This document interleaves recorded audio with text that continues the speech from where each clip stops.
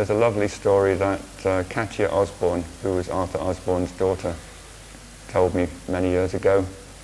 On her first visit with her mother, Arthur was interned in a prisoner of war camp in what is now Thailand, and he didn't join the family till 1945.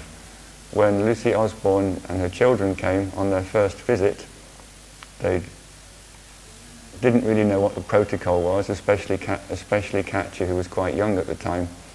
And she walked in, looked around, and she was a Westerner who was used to looking for a chair and sitting on a chair, and the only object that she could see that looked like a chair was the offering stool in front of Bhagavan. So she came in, she looked around, she marched up and sat on top of the offering stool. And of course everybody laughed, and then somebody said, oh, she's offered herself to Bhagavan. So I think that's a very auspicious start to a child's career at Ramanashram, to come and put yourself on the offering stool in front of Bhagavan. Now off to my left over here was the original ashram library. There were several cupboards here. Bhagavan had his own private, well, when I say private, the books that he consulted a lot, that he used a lot, were on a revolving bookcase about here. And there was a noticeable tendency when people asked for references, Bhagavan would take a book off the shelf, and without having to search for it, the book would automatically fall open at the page that he was looking for. This happened so many times that devotees in the hall just accepted that Bhagavan had this peculiar knack, this peculiar power of just picking up a book and having it open at the right page without having to thumb through an index or look at the contents page. There was just something about him that facilitated these things to happen in a very natural way. When I arrived in the ashram in the mid-1970s, all of these old cupboards containing the ashram library books, they'd been moved from the hall at that point to make more space. They were in the new hall, which we will visit later. I was given the keys and I went through them. It was a real Aladdin's cave. There were manuscripts in Bhagavan's handwriting, all kinds of old ashram books. There was an in-house librarian in Bhagavan's day. Somebody in the hall would check books in and out. So people who didn't want to sit and meditate all day, they could read these books in Bhagavan's presence. There's one story about this hall that somehow it strikes me, I like it. I mean, lots of amazing things happened here, superb experiences, everybody felt very quiet, very peaceful. But I remember reading a story about a French academic who came here in the 1940s. The hall was crowded, and he must have been doing some research on Indian philosophy, and he was very persistent. He kept asking Bhagavan what was Bhagavan's understanding of the word samsara. Now, samsara might mean the process of birth and rebirth, manifestation, just the endless round of births and deaths, and the consequent suffering that we're all embedded in as a result of our ignorance. Bhagavan didn't appear to notice him or look at him, and that's something else that's interesting, because people would come and some would sit, some would pester Bhagavan with questions, sometimes he'd answer them, sometimes he'd ignore you. But the general feeling was, if you sat there long enough, somehow the answer would come. It might come, as Paul Brunton noted, that you come with a head full of questions, you never get them answered, but sooner or later your questions drop off one by one because you realize they're not important, that something more important is going on in this hall. There's a radiating silence, a presence coming off Bhagavan into you that is making any academic questions that you might have completely irrelevant. You no longer need to know the answer. You no longer need to understand philosophy, because Bhagavan is giving you a taste, an experience of what all these various philosophies are pointing at. That was his role, was to sit here in silence and communicate, insofar as everyone was able to receive it, some measure of that silence that he himself enjoyed all the time. Now, this man, being a foreigner and an academic, was quite persistent. He kept saying, Bhagavan, Bhagavan, what is samsara? And Bhagavan just ignored him. And then, I think on his third day, a VIP came to the Ramanashram gates, It was one of the leading Congress politicians of the era who had been campaigning for independence for India. He was well known to all the devotees here, so they went down to the gate to greet him.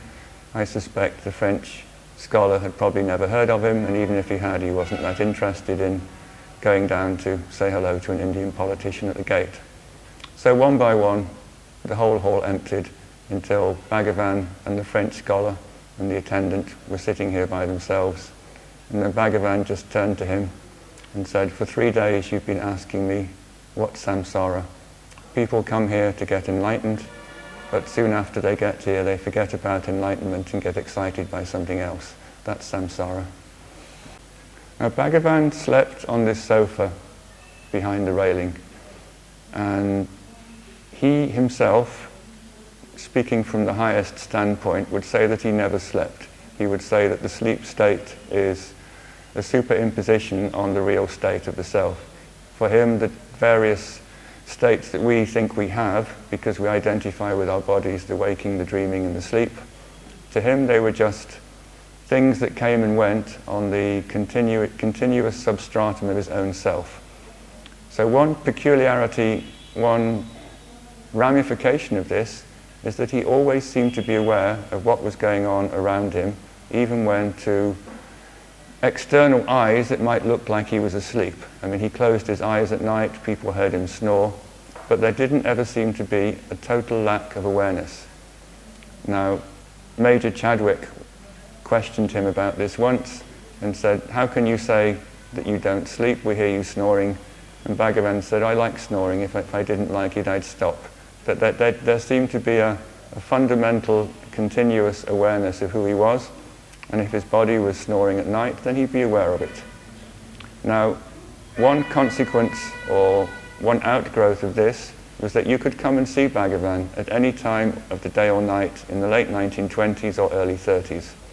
This is the only teacher I know about who was so insistent that every one of his devotees could have access to him, that he wasn't even inside a closed room in the middle of the night. The doors to this hall were open 24 hours a day for at least 10 years. If you had a problem at 3 o'clock in the morning in 1935, you could walk in, you could sit in front of Bhagavan, and you would find Bhagavan awake, alert, ready to receive you.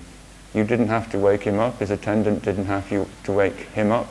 Somehow Bhagavan would know that you were in there, that you had a problem. He'd open his eyes, and whatever problem you had, whatever transaction was needed, you could conduct it at 3 o'clock in the morning.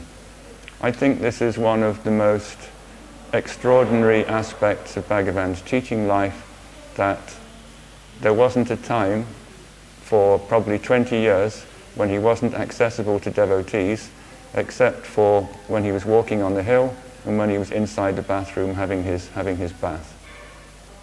In the 1940s, the ashram management began to recognize that Bhagavan's body wasn't as strong as it used to be, and that he would probably benefit from having a short rest every day between 12 o'clock and 2 o'clock in the afternoon.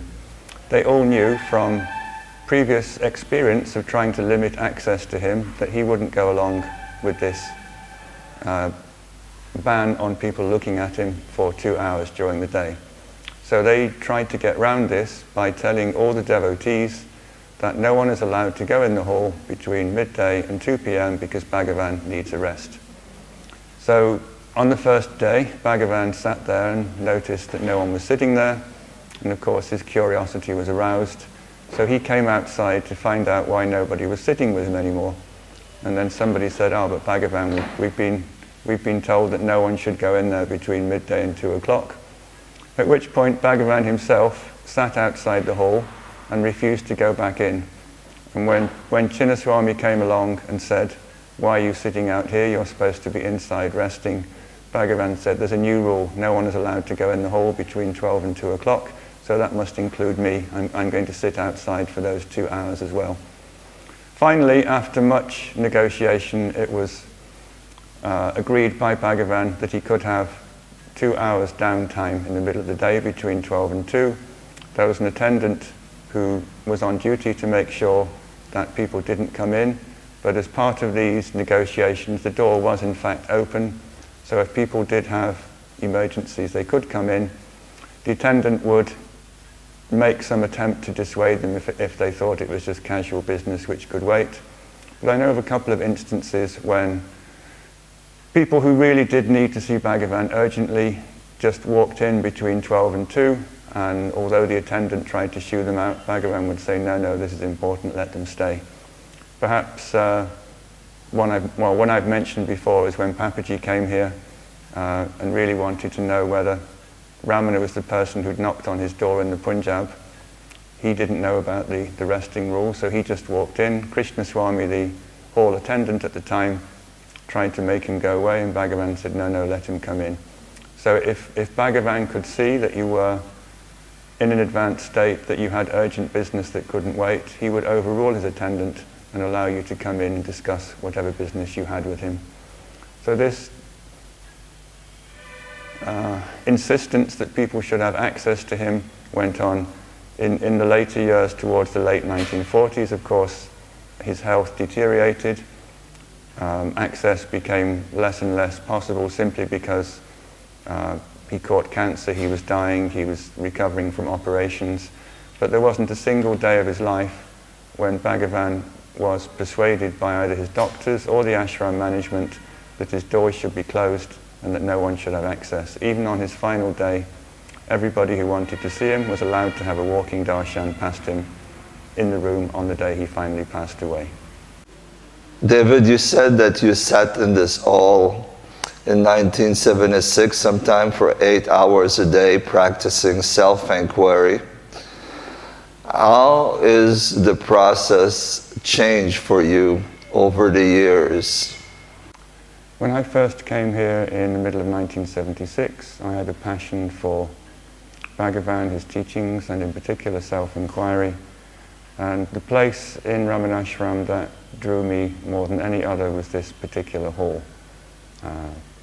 I've talked to people and they say, I like this place or I like that place. For me, this was where I felt most at home, most at peace with myself. This for me was the place where Bhagavan had sat and taught.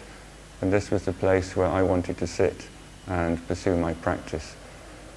In those days, hardly anybody was here. I would sit in a corner over there, same place every day, opposite the door. In those days, the trees weren't so big, there wasn't a wall opposite the doorway. So sometimes I just opened my eyes and you could see the silhouette of Arunachal in front. I'd just look at the silhouette.